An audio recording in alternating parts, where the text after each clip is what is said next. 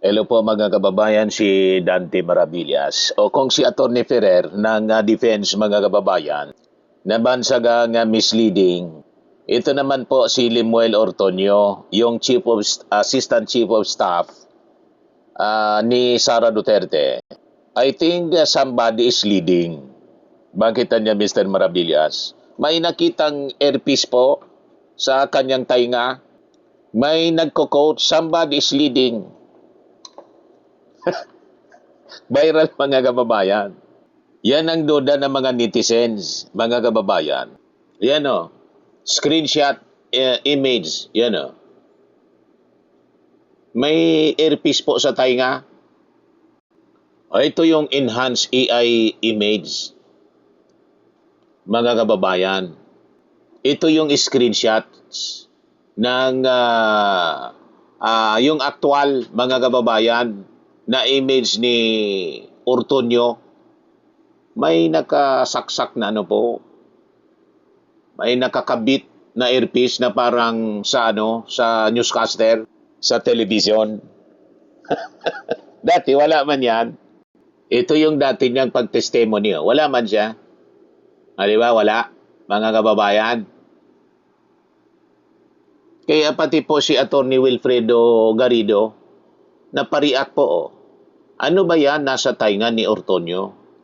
So dapat itong itanong kasi bawal po ang coaching sa sa witness. Yan o. Baka may naglilid ng question sa kanya. May nagko-coach, mga kababayan, bakit may earpiece siya? Ano ba? Hearing aid ba siya?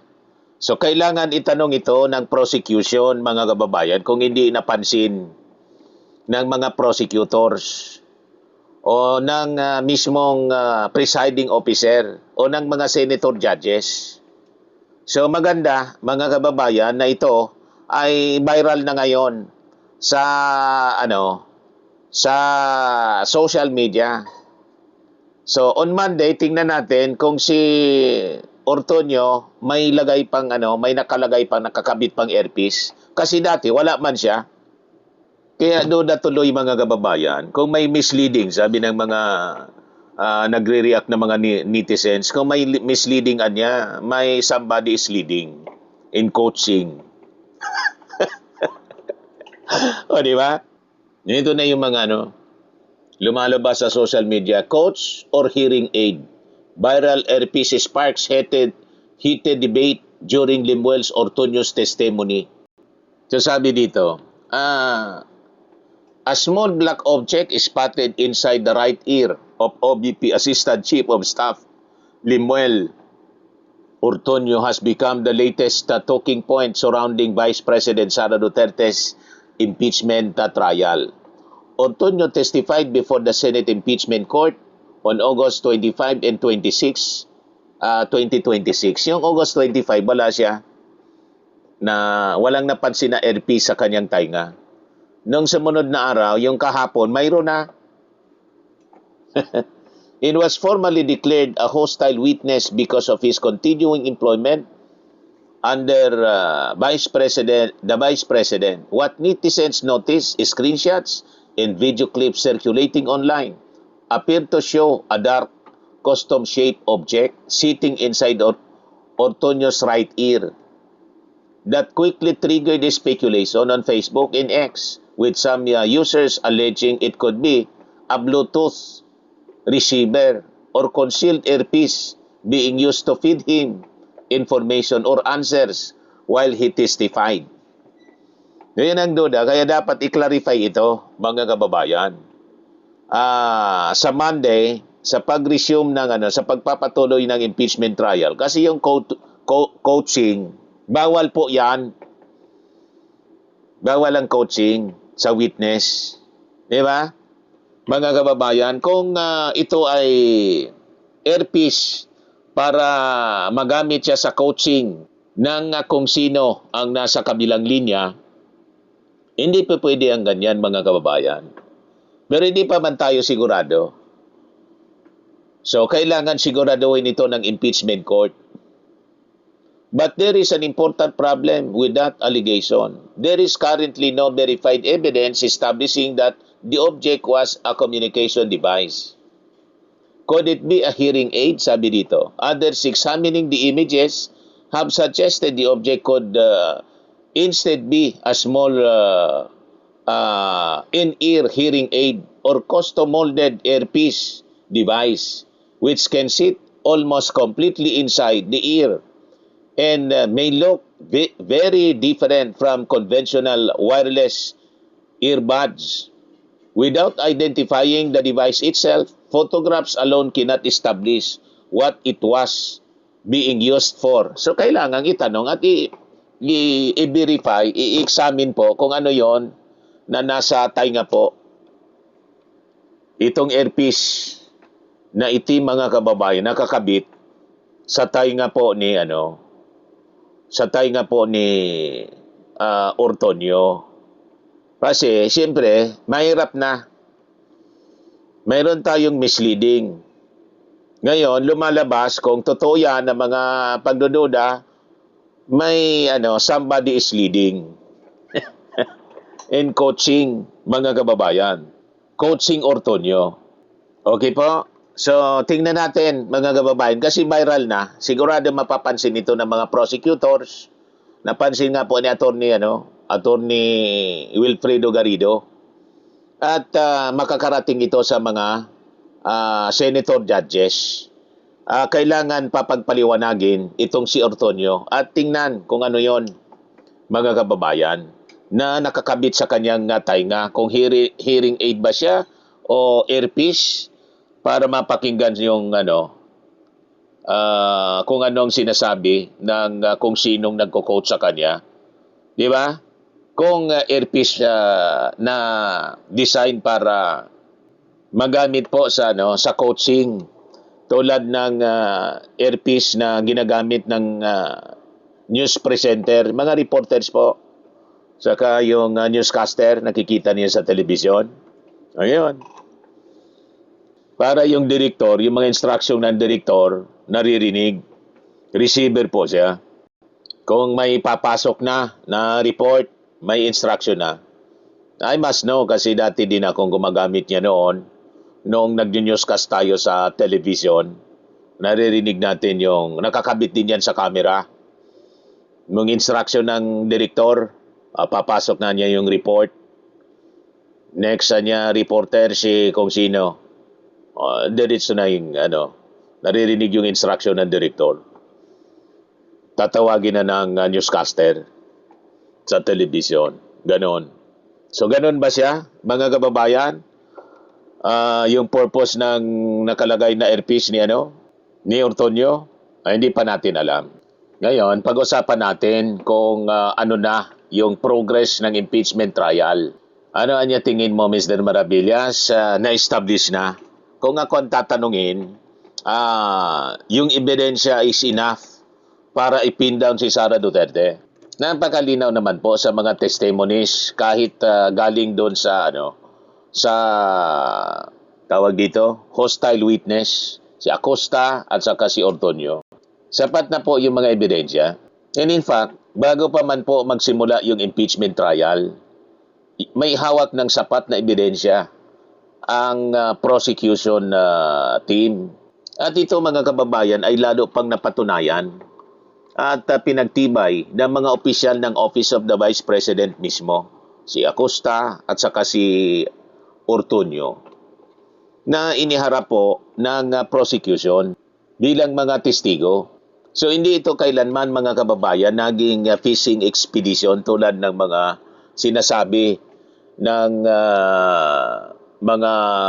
ng kampo ng Duterte o illegal na paghanap lang ng butas ng walang basihan mga kababayan.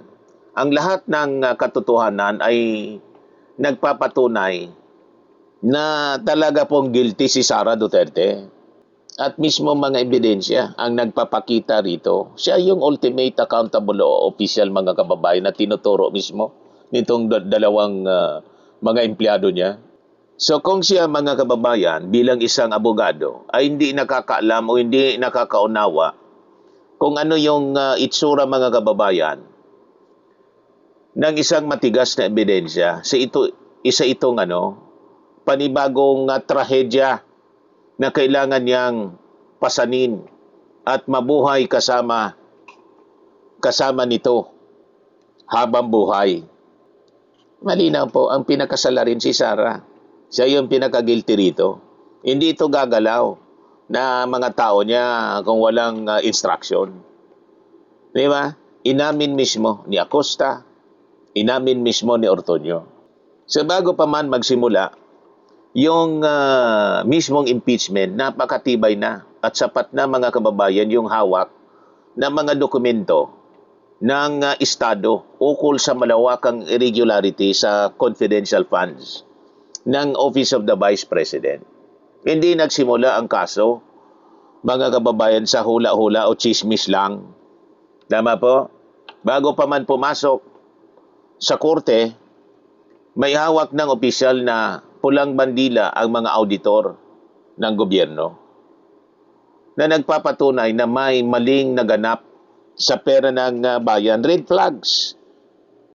Malinaw po yung red flags. At ito'y pinatunayan mismo ng mga tauhan ng Office of the Vice President. Kahit iwas ni sila ng iwas, yun pa rin po ang lumabas sa pag-uusisa ng prosecution at pati ng mga senador. So ang mga nauna mga kababayan na matitigas na ebidensya ay lalo pang pinatunayan. Pinagtibay ng mga mismong opisyal ni Sara Duterte. Di ba? Inainara po ng prosecution bilang hostile witness. Mas lalong naging malinaw ang katotohanan dahil hindi mga kalaban sa politika ang nagsalita sa korte, mismong mga tao ni Sara. Yun, mga kababayan. So, malinaw, hindi po fishing expedition yung nangyari o illegal na paghahanap ng butas lang kung yan ang gusto nilang palabasin. Dahil ang bawat subpena at katanungan mga kababayan nakasandig sa mga nakalatag na irregularities. So hindi ito po parang pangingisda na nagbabakasakali lang tulad ng gusto nilang palabasin. May nakita na po na malaking ebidensya sa simula pa lang ng kaso. Kaya diretso ang pagtatanong sa mga taong sangkot para panagutin po yung may sala. Malinaw po mga kababayan sa testimonya ng kanyang special disbursing officer na si Gina Acosta.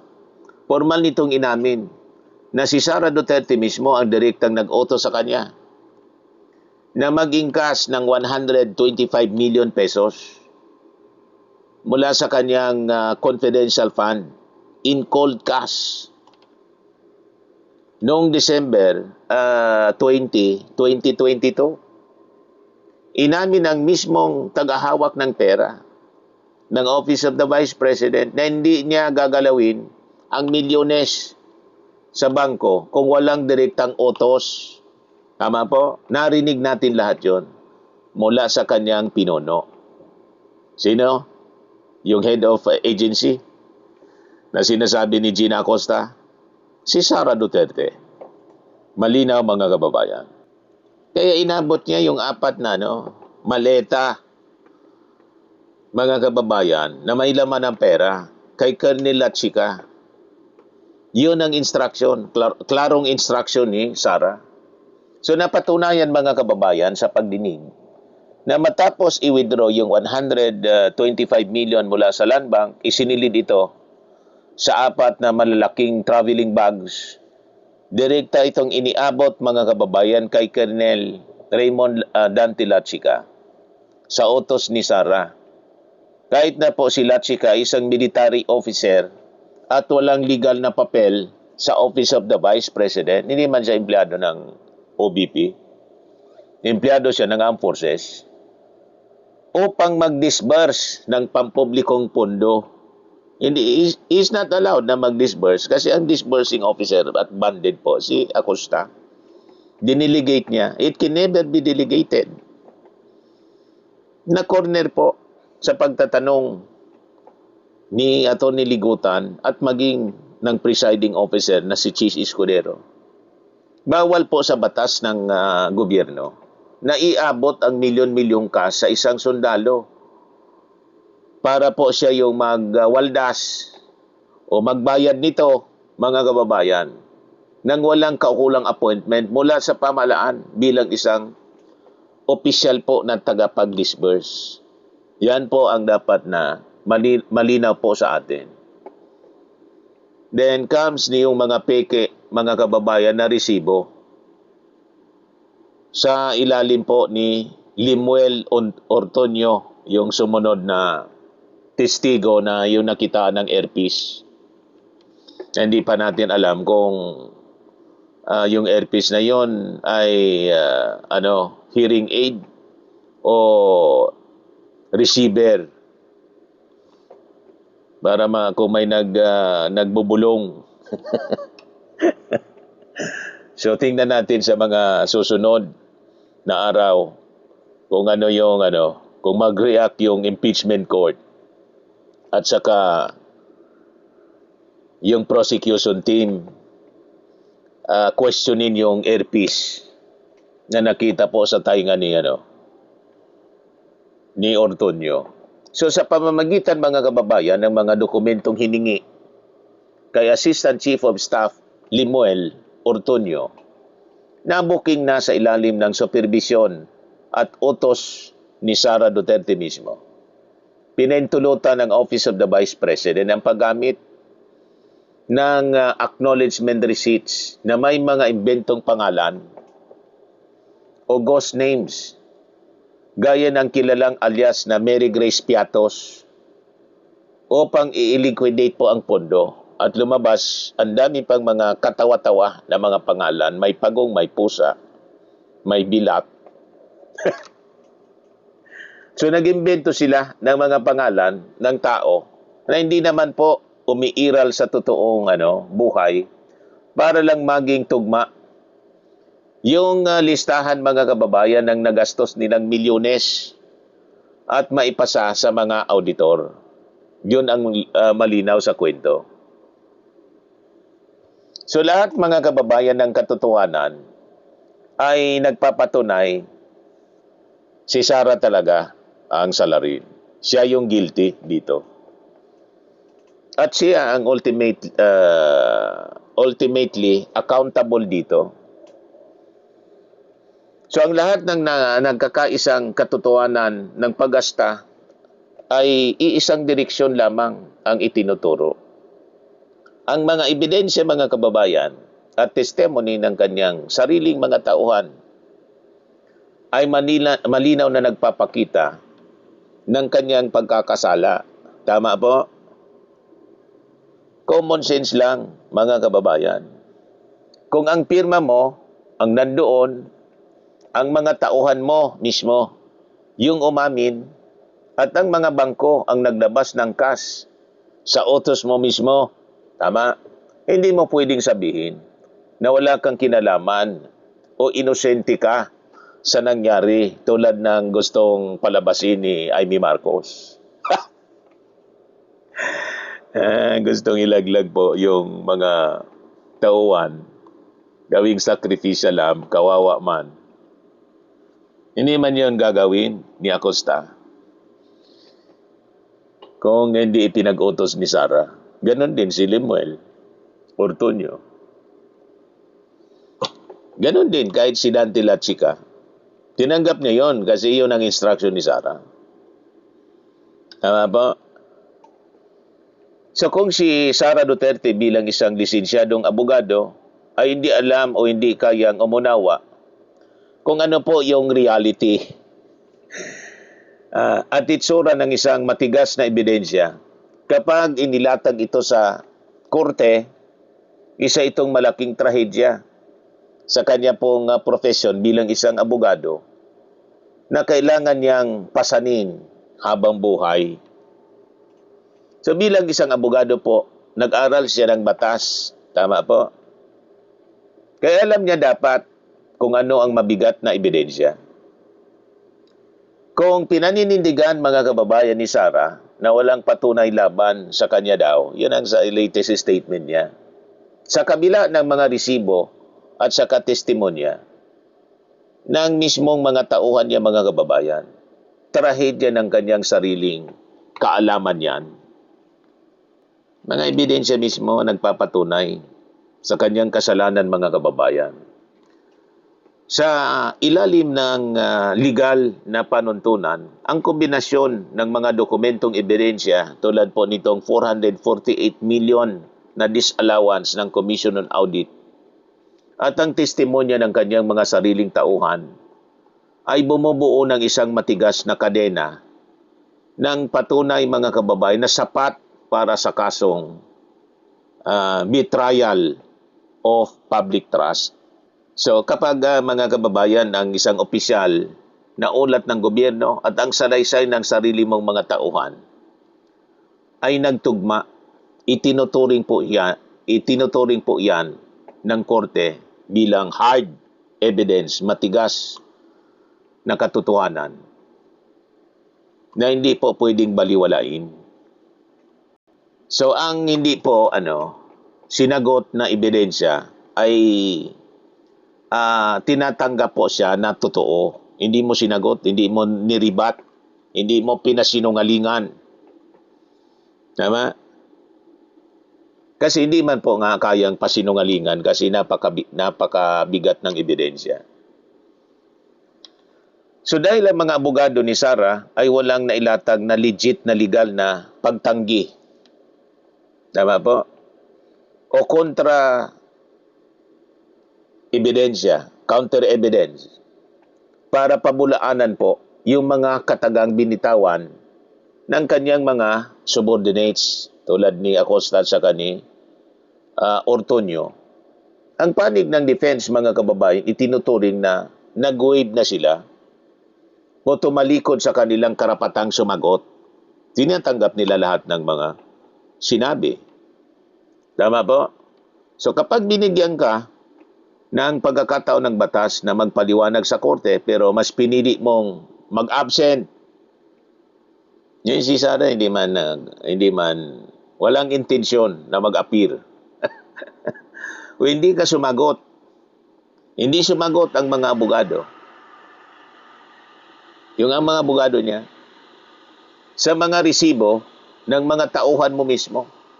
So tinatanggap mo na sa batas na totoo nga yung paratang sa'yo. Diba? Hindi mo kinontra. So hindi mo kinontra, di tinatanggap mong totoo yung akusasyon. Yun ang ibig sabihin yan. So daan-daang milyong cash mga kababayan ay inabot kay Dante Lachica. Sa utos po ni Sara Duterte, yun ang lumabas sa impeachment trial. So paano maghugas kamay? Kung ang mga tauhan niya mismo ang naglatag, ang naglaglag sa kanyang sarsuela. Di ba? Malinaw po si Sara mismo ang most guilty dito. Sumunod lang yung kanyang mga tauhan kasi iniutos niya. So malinaw, ang huling pananagutan ay nasa Vice Presidente po. Sa mga naghanap ng malinis and spacious fitness gym, pumunta lang po kayo sa aming Colossal Fitness Gym. We also offer Grab Car Rental with our brand new 2023 model ng Toyota Innova. We also accept booking for those who are planning to travel via PAL, Cebu Pacific, and other airline companies, local and international, and bills payment for Meralco Bills, PLDT, Aleco Bills, etc. Ang Colossal Fitness Gym is located at 3rd floor Security Bank Building, Landco Business Park, Legazpi City, Albay. For inquiries, look for Chilon Maravillas. Contact number 0966-802-0949. Yan yung aming Innova. Lagi na pong matao sa amin. Pati mga foreigners po, tingnan ninyo. Mga British tourists sila. Ang lalaki ng katawan mga kababayan, nag-gym sa amin. Ito naman po, international. Ito mga mga European sila. Ito naman po yung aming Firmax Firming and Lifting Cream, pinapahid doon sa mga pulses and other affected area. Mainam po ito sa mga pains at paninigas ng mga kasukasuan. Ito naman yung isa, Automax Revitalizing Serum. Anti-aging siya po. Pinapahid sa mukha. You will look 10 years younger than your age. Ito naman yung bagong product naming binibenta online. I am a worldwide amazing pure organic barley powdered drink mix from Australia. Mainam po ito sa mga cancer patients at saka sa gusto ng mga healthy drink at mahilig kayo sa choco barley na po ang itry ninyo. I am amazing choco barley. For your inquiries and orders, dumiretso na lang kayo sa page ng aking anak na architect entrepreneur, Riz Maravillas. Sa mga mahilig naman po sa mga imported bags and wallets, dumiretso na lang kayo kay Ma'am Aidin Dorsales, Eileen Closet, nakabase siya po sa Amerika. Ito yung kanyang live streaming every Sunday, 7 o'clock in the evening, Philippine time. Pwede kayong mag-order sa kanya online.